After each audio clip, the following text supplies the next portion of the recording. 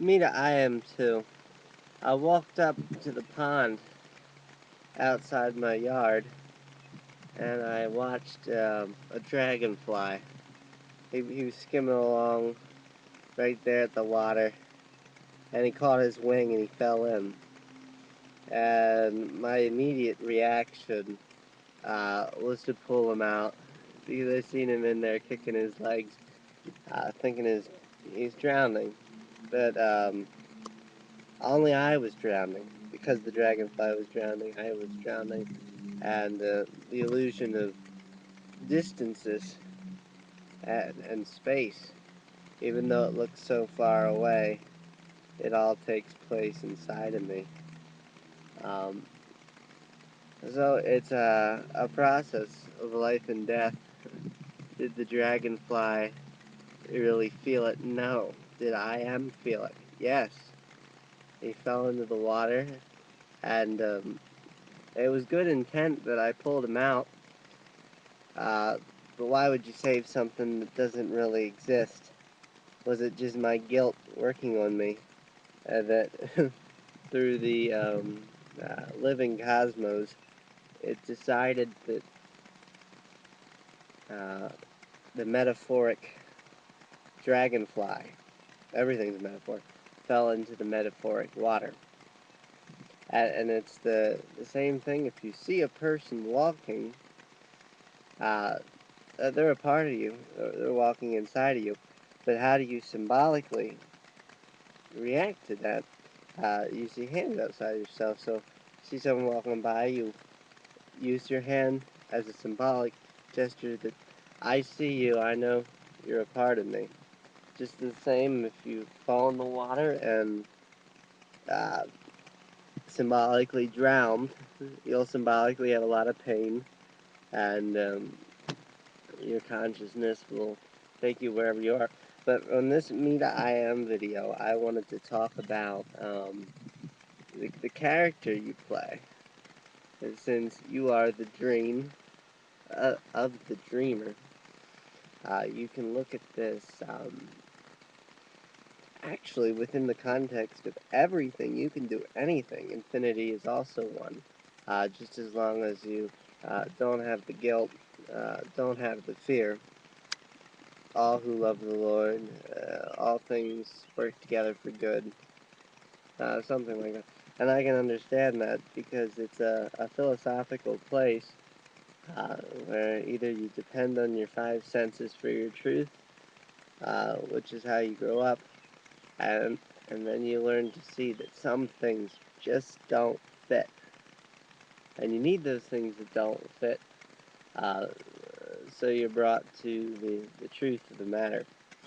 And wow, okay, headquarters, where you come from, that's your conscious being, where all the me's add up to an I am, where there's no distance and space and any of that. But while you're here, you know, you have this creative potential inside a body that you can symbolically um,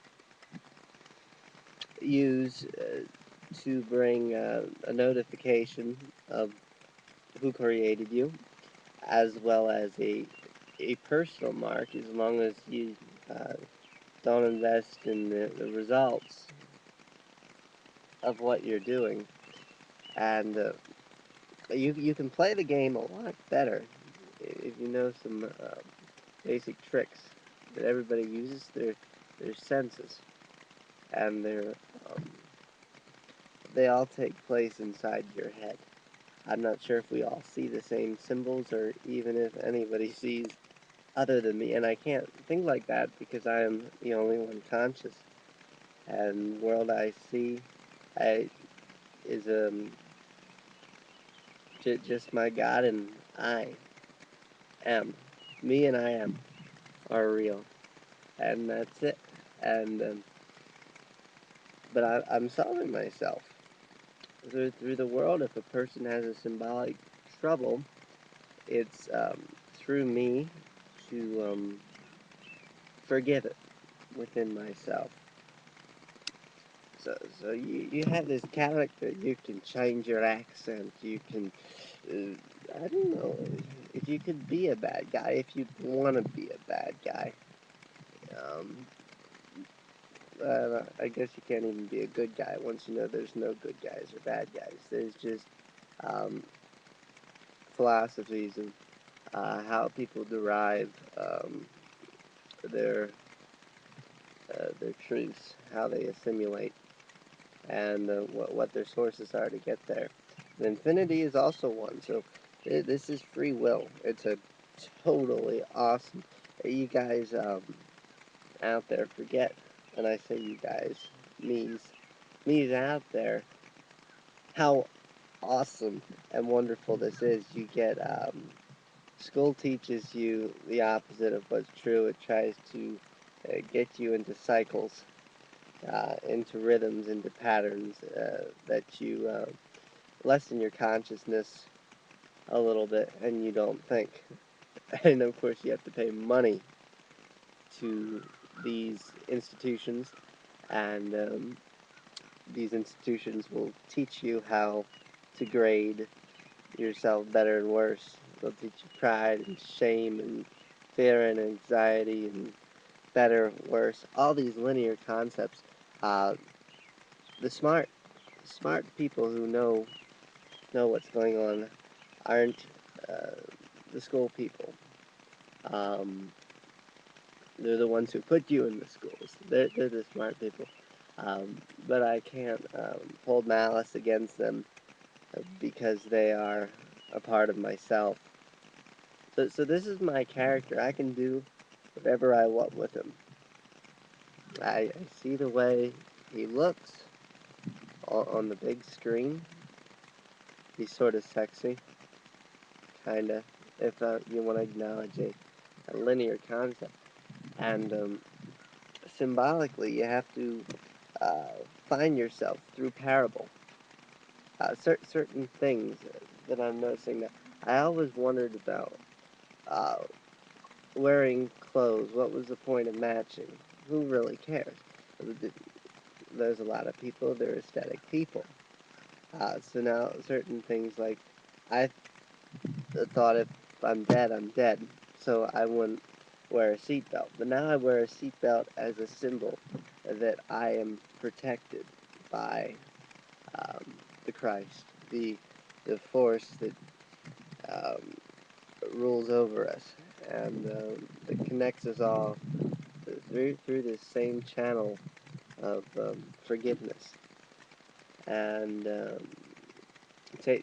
seeing time in the temporal order, and then realizing it's not that. In the now, you can change what your past was, what your future was, because matter itself isn't even real. It's only what consciousness is. And so you can look far out into the distance, and it looks like I'm in Pennsylvania on a computer screen, um, but I'm really whole where I am, even though I look divided. So it's a really interesting illusion, and symbolically, everything that is as it is, but it's a symbol, actually a symbol of a symbol, and when you get to words, a symbol of a symbol of a symbol. So we're a couple times removing uh, from the truth of the matter. Uh, like, do you want to go eat some candy? And you know, I discovered that it's more aesthetics if the York peppermint patty wrapper looks so awesome, which is why I like peppermint patties, but I don't really like the taste of peppermint. I just like the look of unwrapping the paper. And some people, they'll have the same thing with their taste sense, uh, whichever, is the strongest for them. So I'm gonna end it there and meditate on that there is no distances. It all takes place inside of you.